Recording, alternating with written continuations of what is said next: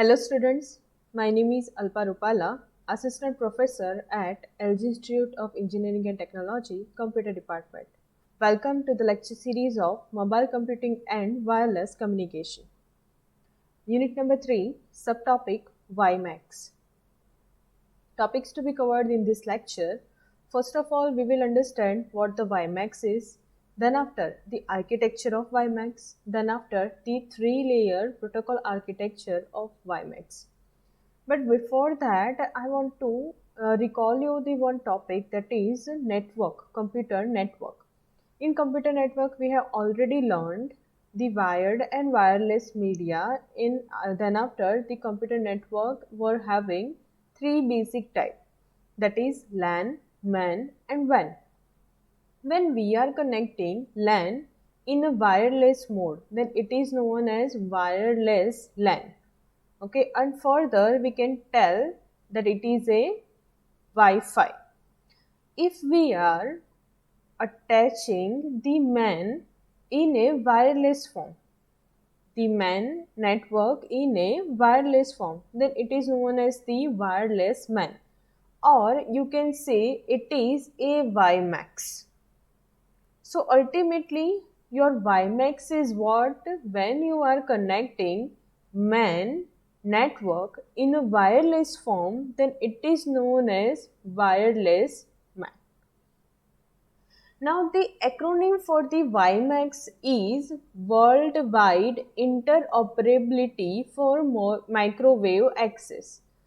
That is your metropolitan area network is connected through wireless form.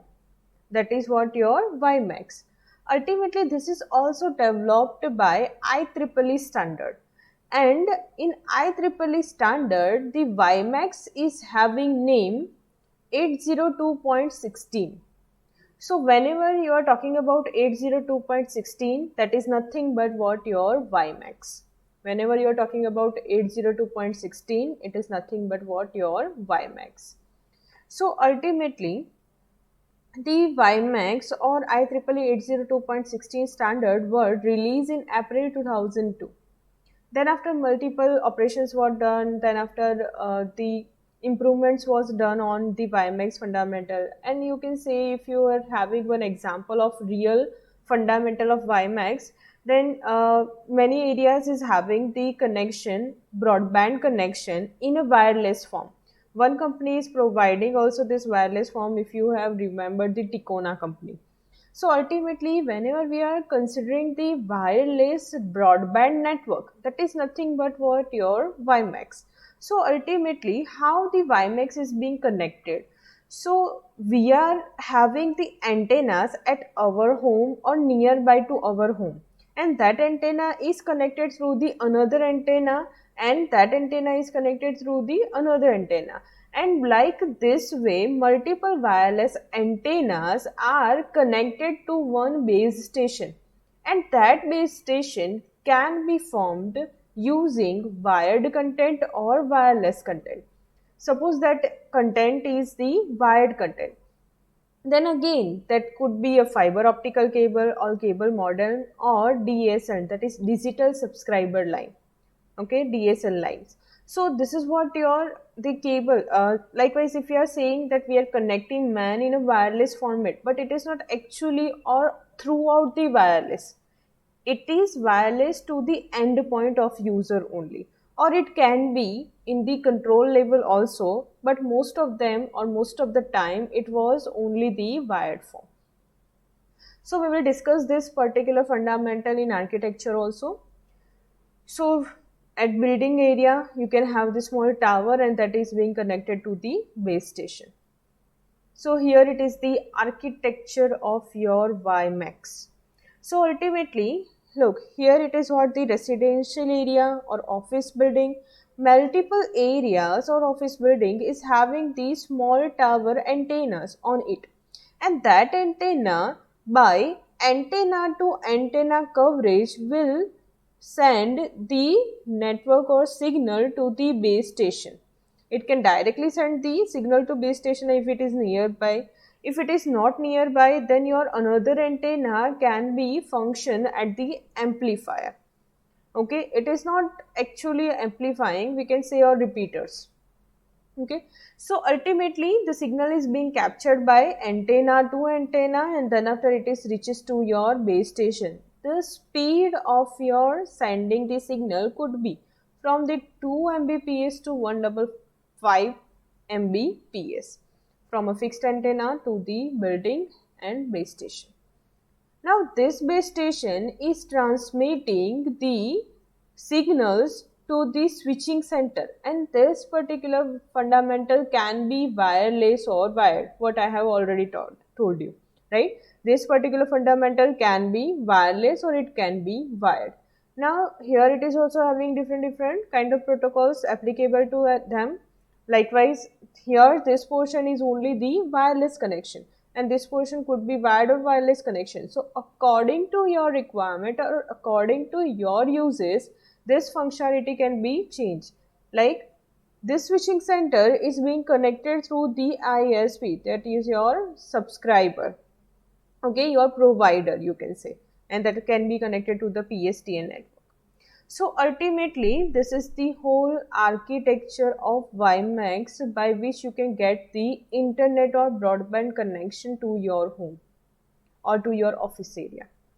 So WiMAX architecture, just it is looking so simple, but for the wired antenna you can have the optical fiber, right?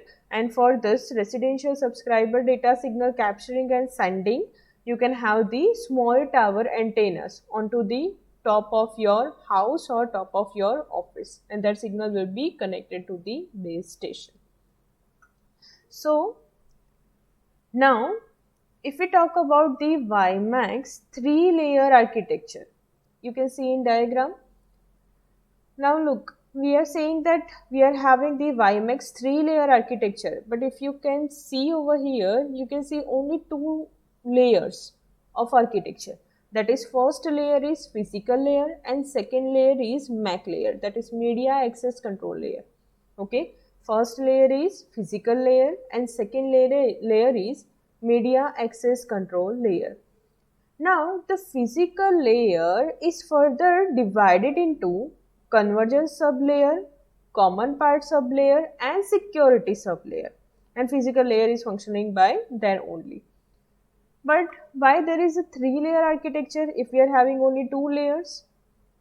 The reason is the part of the MAC layer, which is the convergence sublayer, is having specific and very and very special functionality, you can say. That is having a specific functionality which is different for the different kind of network. So ultimately convergence sublayer is having very important or crucial part in your architecture format. That's why the convergence sublayer can be stand as a separate layer. But for our theoretical fundamental, we will discuss the MAC layer and physical layer only. In the MAC layer, we will cover up the convergence sublayer.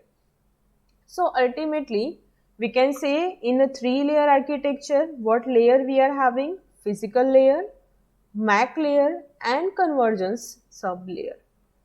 So what is the basic function of this layer? So the first layer, that is physical layer, is having functionality of modulation and demodulation, error correction technique, then synchronization between transmitter and receiver, then data rates management and multiplexing of your data, and as well as the format or your actual data to be converted into the proper format of your packet sending.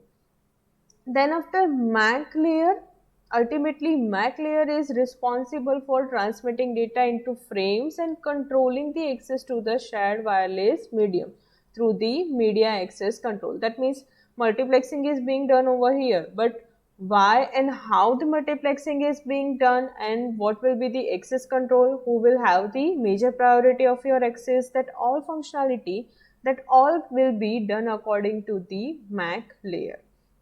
And MAC layer is also defining how and when the base station or subscriber may initiate the transmission on the channel. That means overall control of it. from the starting from the framing to the overall control. That will be done by your MAC layer. Then after, if we talk about the convergence layer, that is the third layer. Okay, the convergence layer, basically convergence layer is providing very specific functionalities, and that specific functionality is nothing but the kind of barrier services like digital audio or video multicast, then digital telephony, then ATM, that is asynchronous transmission mode communication, then internet access and wireless trunks in a telephone network, and frame relay. Relay is a kind of sending a signal in a very proper manner.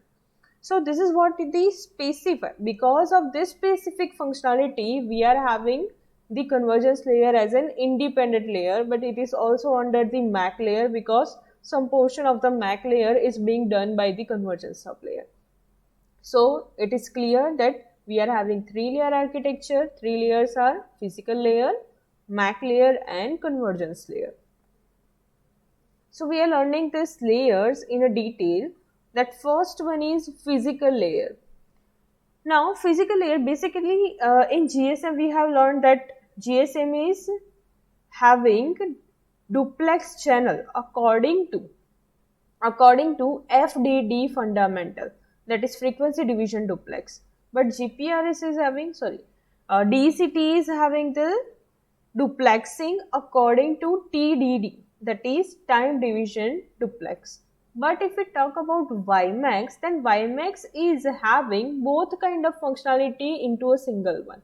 That means we can also have TDD in your WiMAX and we can also have FDD in your WiMAX. If we talk about only for TDD, that is time division duplex, then there can be a single channel which is being shared by your medium, and uplink and downlink can take a part but not simultaneously. Okay, uplink and downlink can take part but not simultaneously.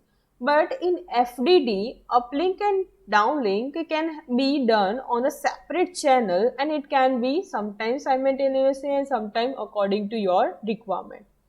So this both the functionality can be performed by your WiMAX. So ultimately your WiMAX is having FDD as well as TDD for the transmission of uplink and downlink.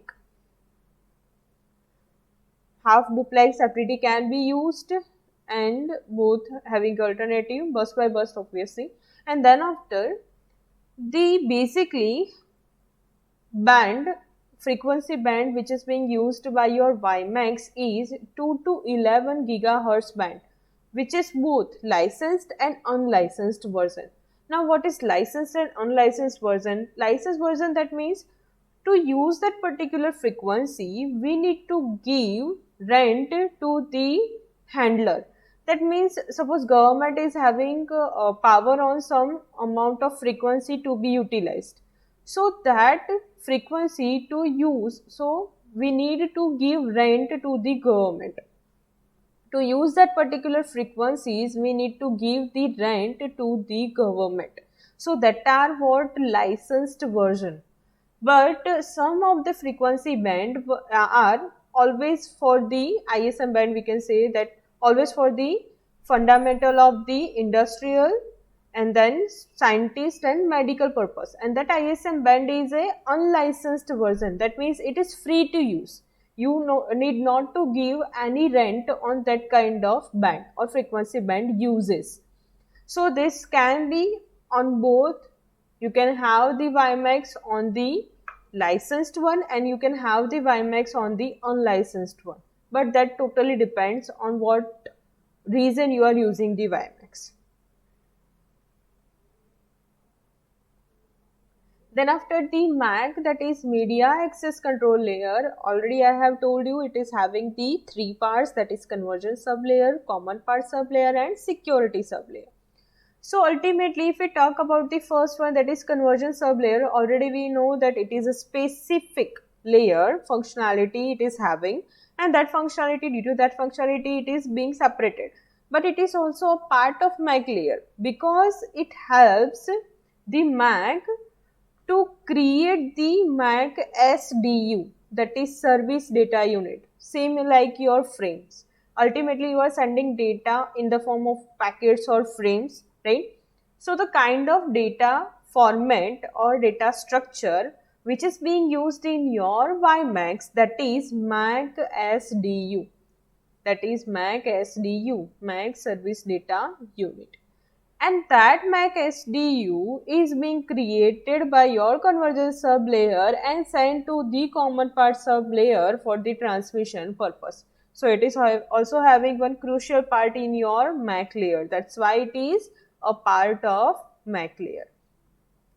Another convergence sublayer is having two types: asynchronous transmission mode convergence layer and packet convergence sublayer. Okay, asynchronous transmission mode convergence sublayer and packet convergence sublayer. The ATM sublayer is basically working for the ATM network, and packet convergence sublayer is working for the Ethernet, IPv4 and IPv6 kind of addressing.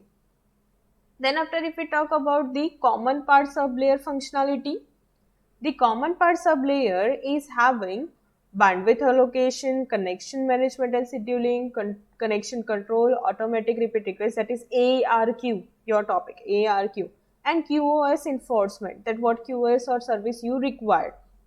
So this all functionality is being handled by the common sub part layer. Okay, this all functionality is being handled by common sub part layer. Then the next one is security sublayer. Security sublayer is basically providing you authentication, authorization and security key exchange mechanism. So ultimately, the encryption and decryption or the ciphering is being between the MAC and physical layer, and the transportation purpose is being done by your the security sublayer. So for that purpose, the security sublayer is having basically two main protocols. First one is encapsulation protocol, which is for the ciphering operation, and second one is PKM protocol, that is for the secure key distribution between the BS and MS. That means for ciphering you require the private key, and that private key is being generated and created and securely sent from your BS to MS by the security sub layer. So ultimately, here it is what your WiMAX 3-layer architecture. Clear? So summarizing the whole lecture, first of all, we understood about the WiMAX, then after the WiMAX architecture, and then after the WiMAX 3-layer architecture, which is ultimately 2-layer, but we are separating the third layer, the convergence layer. Thank you. We will meet in our next lecture.